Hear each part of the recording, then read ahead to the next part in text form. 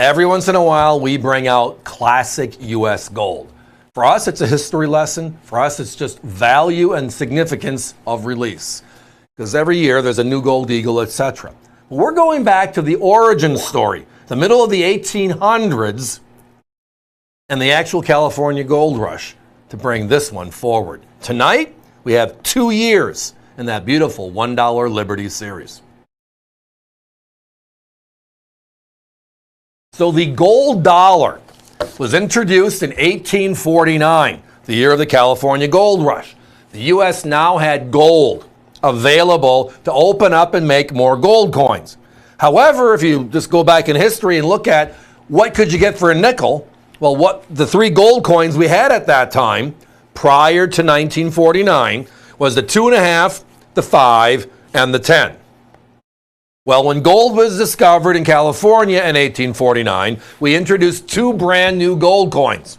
One of them for the consumer, the $1 gold you're seeing right here, and then the other was the $20 gold piece. And that was made for banks, businesses, government-to-government interaction, but a way just to store value. These were intended to help for circulation.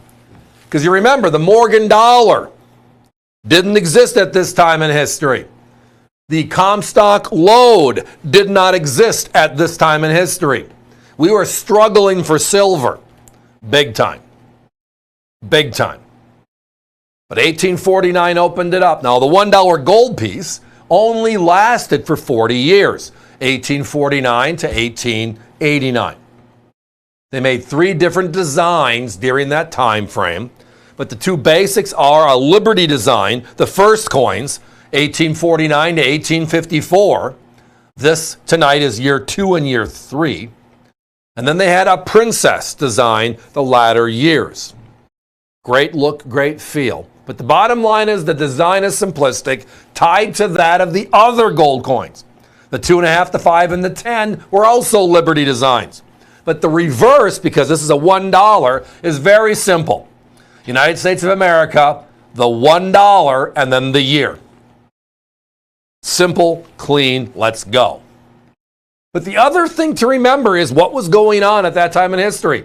We did not have a silver dollar, a heavy silver dollar in circulation, right? The journey westward,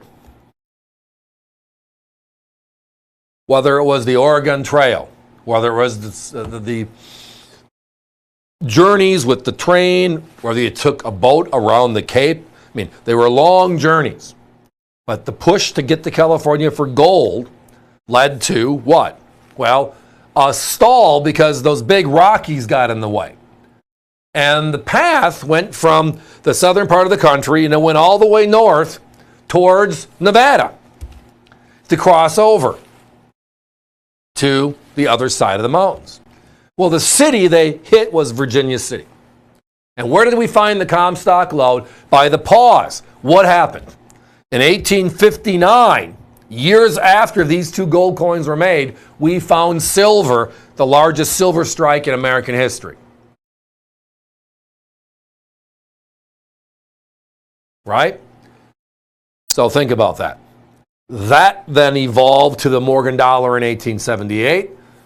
And at that time, with big silver available, we weaned out the $1 gold piece.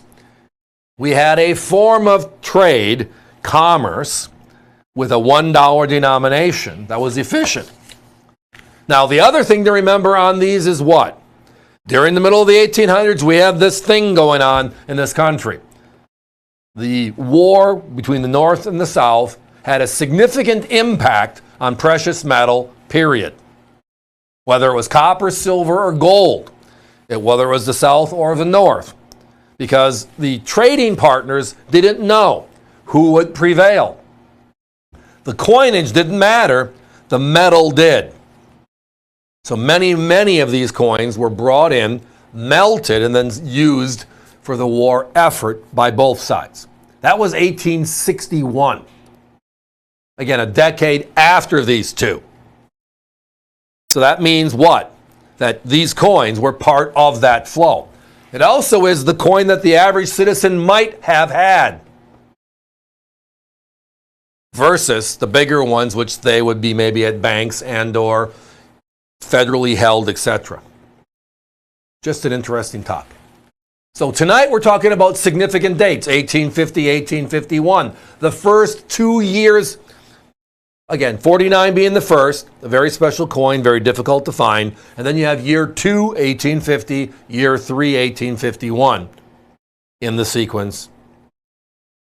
Again, they're known as the Liberty Head designs. Those were for the first 5 years. And then we moved into the Indian and the Indian Princess. The competition, I found AU condition coins, which are beautiful circulated coins. Beautiful coins for $650 each. I found lower condition coins at $575. Look at our numbers. And it's a your choice opportunity tonight. We're at $499.95, still holding that line. And again, uncirculated. The other part of this, again, is the your choice. If you don't own a U.S. gold coin, what better than the collector gold coin? And this is just talking out loud. I love the big 20 Saints. I love the big 20 Liberties. If you wanted me to find you 100 of those tomorrow, it would make a 2-minute phone call and I'll bring them home for you. Because we save the big coins because the big coins were used for bank-to-bank type commerce. They were in bank vaults.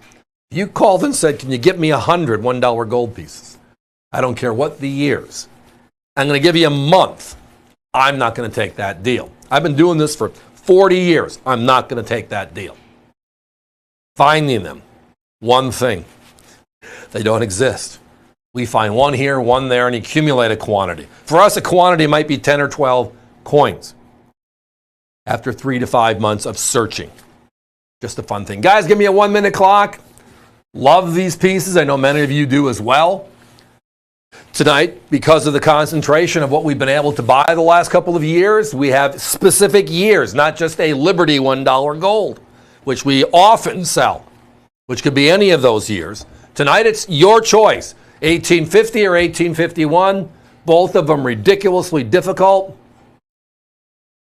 to find in the open market, as collectible as any gold piece can be.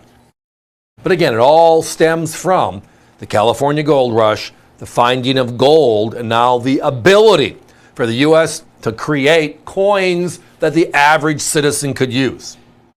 The fractional gold coins, those were state and or local issues in California. The U.S. Mint, these are the lowest denominated gold pieces in U.S. history. They're a little smaller than a dime for reference sake, but outright rare, rare, rare. Told you this was going to be a fun one.